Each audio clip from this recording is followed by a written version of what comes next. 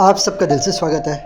जब भी इस दुनिया में टाइम ट्रैवल की बात निकलती है 95% लोग फेक मानते हैं। वो लोग कहते हैं टाइम ट्रैवल जैसी कोई चीज़ होती ही नहीं है।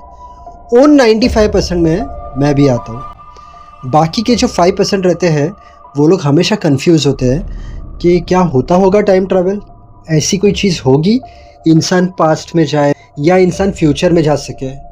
अब मैंने जैसे आपको कहा 95% जो नहीं मानते हैं उसमें मैं भी आता हूँ। बट मैंने मेरे चैनल पर टाइम ट्रैवल की 4 से 5 कहानी डाली है as entertainment purpose, but with proof. Internet पर टाइम पर लोग आए हैं, उन्होंने प्रूफ दिया है कि भाई हम पास्ट में गए थे, हम फ्यूचर में गए थे। अब विथ प्रूफ वाली जो कहानी रहती है ना, वो बताने के लिए मज़ा आती है। अब मेरे एक सब्सक्राइबर ने मुझे कहा आप प्लीज़ टाइम ट्रैवल पे वीडियो बनाओ ना। मैंने कहा मैंने ऑलरेडी बनाया है, 3-4 वीडियो है। उसने कहा वो मैंने देख लिया है, आप और कोई बनाओ ना।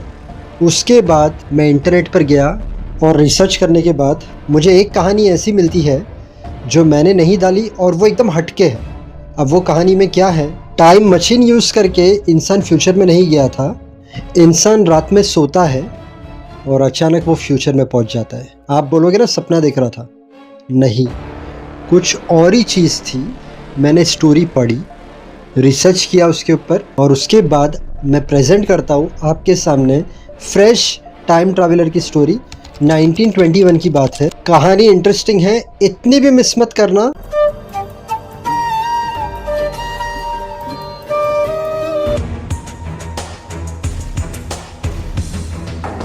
ये कहानी है पॉल की।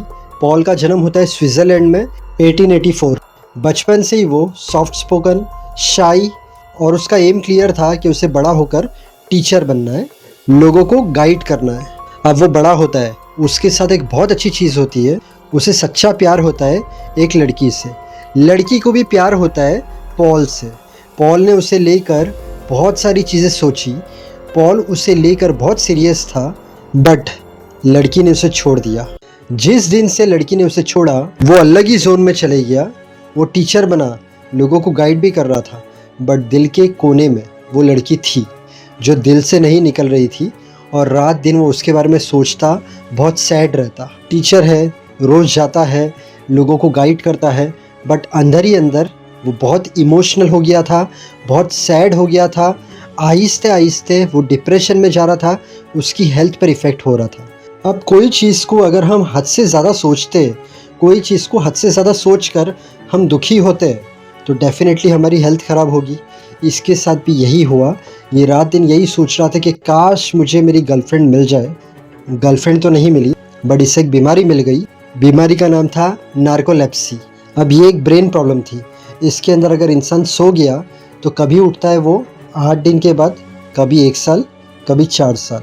अब इसके साथ ऐसा होने लगा, ये सोता तो कभी कभार ये 8 दिन के बाद उठता, कभी कभार ये 4 दिन के बाद उठता। बट 1921 में ये सोता है और कोमा में चले जाता है। 1 महीना नहीं, 6 महीना नहीं, 1 साल के बाद ये उठता है।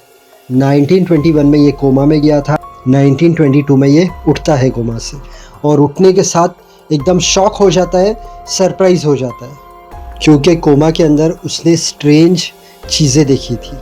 कोमा के अंदर वो चले गया था 3906, अभी चल रहा है 2025। वो फ्यूचर देखकर आया था 3906 में जाकर। अब वो उठता है तो उसे सब रिकलेक्ट होता है कि उसने देखा क्या था। तो सबसे पहले तो कोमा में जाने के बाद उसकी जो सोल थी वो चली गई थी कोई एंड्रियास नाम के आदमी के अंदर। अब ये एंड्रियास आदमी कौन था? ये 3906 में हॉस्पिटल में एडमिट था। मुझे पता है मानने वाली बात नहीं है, बट आप आगे सुनते जाओ क्या हुआ। उसके बाद वो वहाँ पर शॉक हो गया हॉस्पिटल के अंदर, क्योंकि वहाँ पर सब चीज़ें लिमिट के बाहर एडवांस में थी। उसने देखा सोसाइटी चेंज हो गई है, ह्यूमैनिटी चेंज हो गई है। ना लोगों को ग्रीड है, ना करप्शन है, लोग लोगों की चिंता कर रहे हैं, लोग लोगों के साथ अच्छी तरीके से रह रहे हैं। पूरे अर्थ पर सिर्फ एक गवर्नमेंट है। टेक्नोलॉजी बियॉन्ड इमेजिनेशन चली गई है और उसने देखा कि लोग स्पिरिचुअल हो गए हैं, पीस और ह्यूमैनिटी के बारे में लोग सोच रहे हैं, झगड़े फसाद ये सब चीज़ें बंद हो गई है। 3906 में उसने ये सब चीज़ें देखी। अब पॉल दिल के अंदर सोचता है कि ये चीज़ मैं किसी को नहीं बता सकता, क्योंकि अगर मैंने किसी को बताया तो लोग मुझे पागल समझेंगे।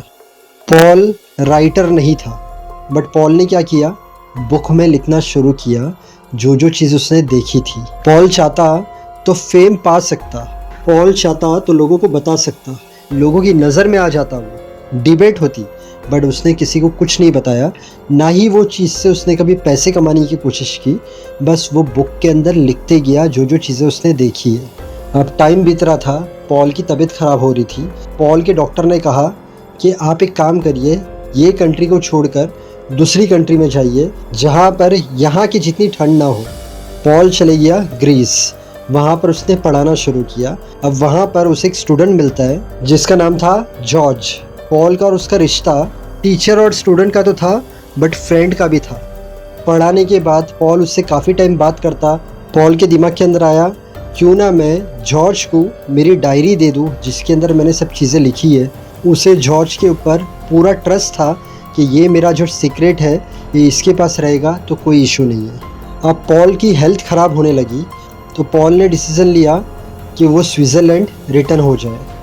अब रिटर्न होने से पहले उसने सोचा कि मेरी डायरी मैं जॉर्ज को दे दूँगा। उसने जॉर्ज को बुलाया, जॉर्ज को डायरी दी और कहा, इसके अंदर मेरी सब पर्सनल नोट है, एक दिन तुम पढ़ना, तुम सब चीज़ें समझ जाओगे, इसे सेफ रखना। स्विट्ज़रलैंड जाने के बाद पॉल की मौत हो जाती है, पॉल मर जाता है एट द एज ऑफ 40। अब जॉर्ज ने उस बुक को सेफ रखा था, उसने सोचा था ये सिर्फ एक टीचर की डायरी है।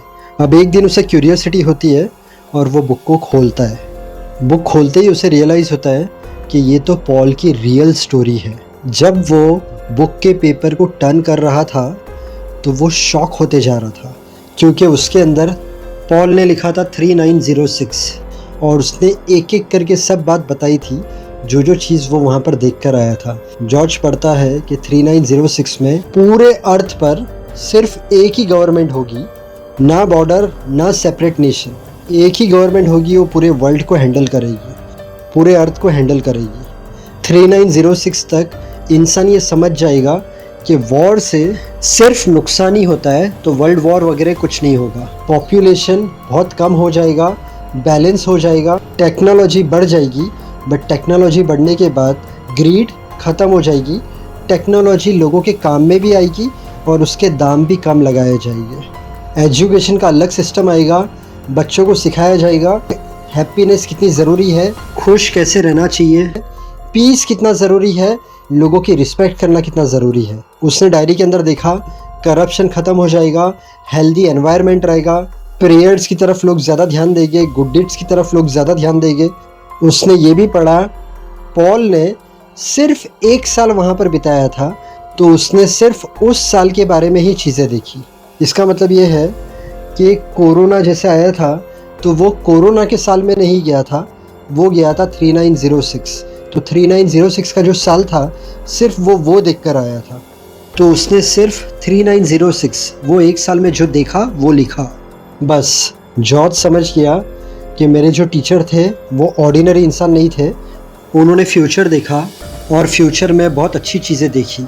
बहुत साल तक उसने वो डायरी को ऐसे ही रखा था। बहुत साल के बाद जॉर्ज ने डिसाइड किया कि ये पूरे वर्ल्ड को पता चलना चाहिए और उसने पब्लिश की वो नोट्स की एक बुक। उस बुक का नाम है क्रॉनिकल्स फ्रॉम द फ्यूचर। ये बुक अभी भी अवेलेबल है, आप जाकर पढ़ सकते हो। पॉल ने कभी फेम की चाहत नहीं की, पैसों की चाहत नहीं की, अटेंशन की चाहत नहीं की, बस वो चुपचाप ये बात को दबाकर मर गया। और उसने बुक दी थी स्टूडेंट को, और स्टूडेंट को ऐसा था कि ये चीज़ लोगों के सामने आनी चाहिए, तो उसने पब्लिश्ड की। इंटरनेट पर ये सब चीज़ें हैं, आप जाकर चेक कर सकते हो। उसने टाइम ट्रैवल किया, वो मानना नहीं मानना हम इसे 2 मिनट के लिए साइड पे रखते हैं, बट जो चीज़ पॉल ने देखी, टाइम ट्रैवल किया या जैसे भी जो चीज़ उसने देखी वो अच्छी चीज़ें देखी। अगर वो चीज़ असलियत में दुनिया में हो जाए तो दुनिया पूरी चेंज हो जाएगी। और एक इम्पॉर्टेंट बात, कभी भी आप टाइम ट्रैवल की स्टोरी देखो कहाँ पर भी, तो उसे सिर्फ एंटरटेनमेंट पर्पज़ से देखना। डीप में जाके ये मत सोचना टाइम ट्रैवल होता है या नहीं होता है। बस टाइम ट्रैवल की स्टोरी देखना, एज एंटरटेनमेंट लेना और फ्रेश होना। उम्मीद करता हूँ आपको कहानी पसंद आई होगी। अगर आप पहली बार आए हो मेरे चैनल पर तो यहाँ पर मैंने थंबनेल डाला है। मेरे चैनल पर आपको ऐसी सच्ची कहानियाँ मिलेगी, सस्पेंस, मिस्ट्री, एक्टर्स की लाइफ स्टोरी, सिंगर्स की life story, horror story, time traveller की स्टोरी। जब भी आपके पास टाइम हो ये सब कहानी देखना, आपको अच्छी लगेगी। आज की कहानी पसंद आई तो वीडियो को लाइक करना, चैनल को सब्सक्राइब करना। Thank you so much. God bless and wish you a very happy life.